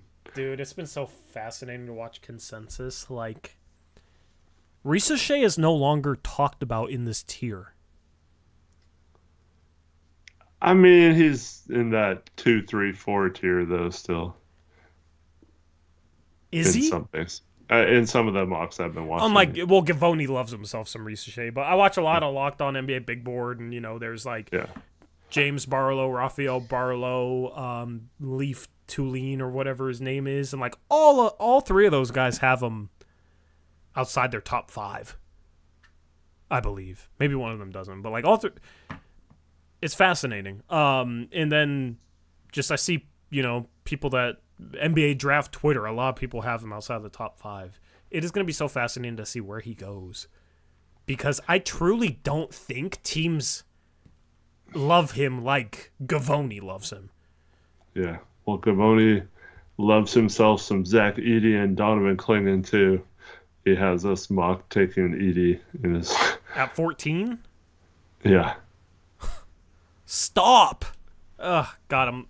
We signed Gavoni's friend. And then we drafted Chris Murray. Maybe I don't feel so good about this, Eric. Yeah. Well, I saw one the other day that he did a draft lotto sim, and the Blazers ended up with 1. Yeah. Took Sar, and then he had us taking Salon at 14. Well, so there you go. It's perfect for me. Yeah, there you go. Charlotte, Holland. I mean, Atlanta would. I don't think Sar's fallen to 3. No. But this number 1 pick, I mean, if you had San Antonio at 1, Eric, I think there's a chance they take Dillingham at 1.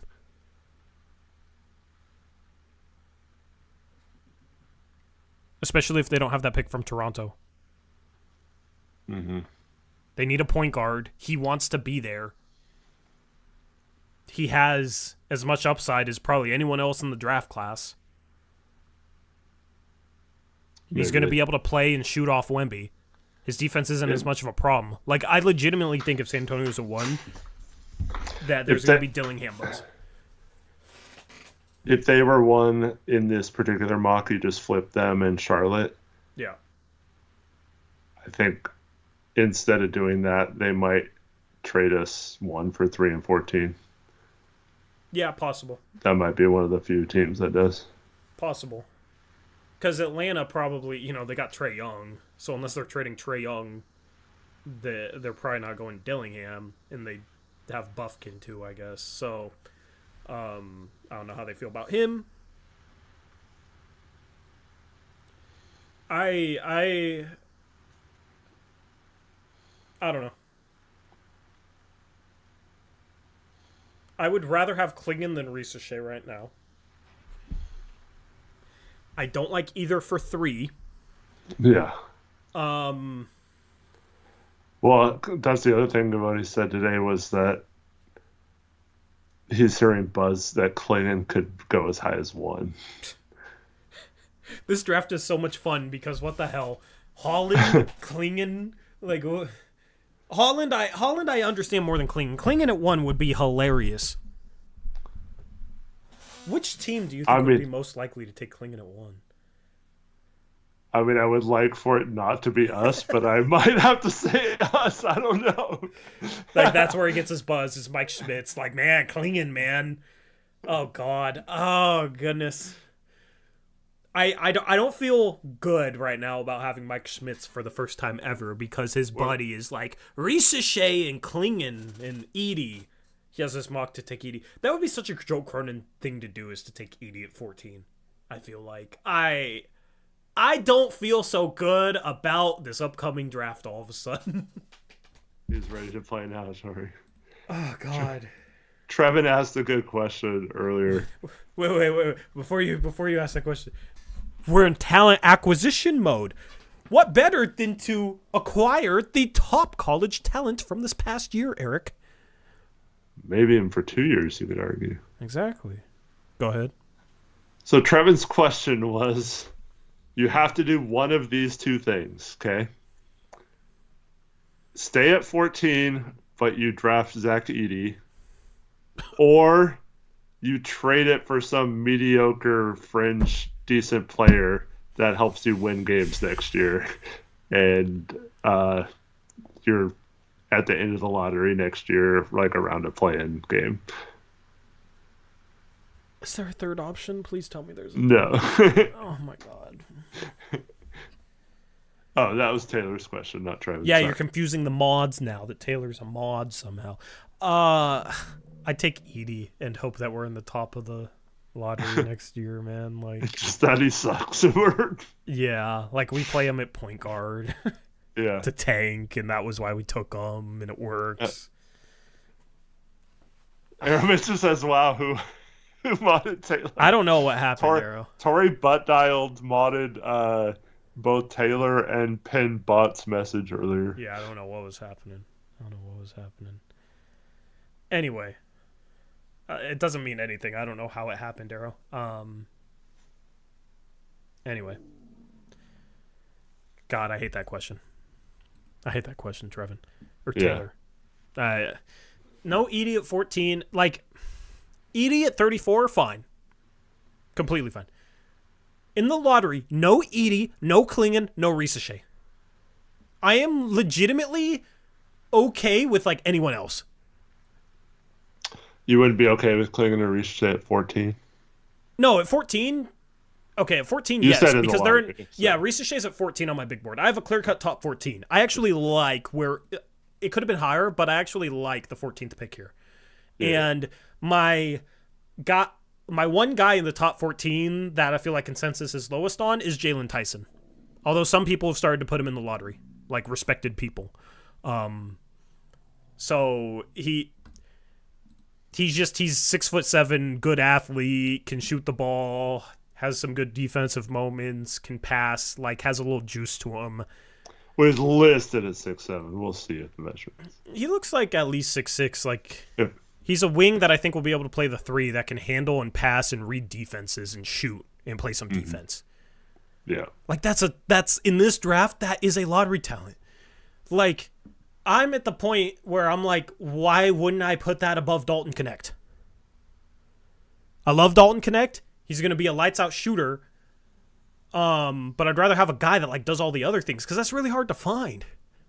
And it's like sneaky upside. He's a little older, but that's some sneaky upside, man. So I love Jalen Tyson. Like, if he's there at 14, I'm praying we draft him.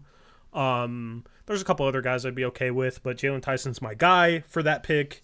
That should be on the board by there, but I could see him going like 12th. And then I just for our own pick, no Klingon, no Ricochet. And then for that 14th pick, no Edie. That's where I'm at. Yeah. Anyway, Eric, anything else for the stream? Well, thanks everyone for watching. Congrats to Taylor Packer, and hope everyone has a good weekend. Of course, if anything newsworthy happens, we'll be back on Monday to talk about it, or if it's like significant news, maybe some point this offseason we'll get an emergency stream. Kind of sucks we didn't have one this entire season because the Banton trade happened during our just normal thing. So we didn't have a single emergency trade. I like emergency streams. But... I know. Yeah. So it's been a while. I think the Drew Holiday trade was the last one, right? Yeah. So yeah, we need one. We need something. But yeah, hopefully there's been like no Blazer stuff news wise or rumor wise. So hopefully as we get closer to the lottery next week, some rumors stuff gets to come out. But we'll talk about trade ideas we see and why or why not the Blazers should take them like we did today, because that's always fun to talk about. So we always try and find fun things to talk about for you guys. So anyway, hopefully you enjoyed. Watch that video. That's dropping tomorrow. Scoot Henderson film breakdown. Excited for that. Never worked this hard on a video. And then we'll be live again on Thursday. Appreciate you guys hanging out with us tonight. And we're out of here. Until next time, as always, peace out. Go Blazers.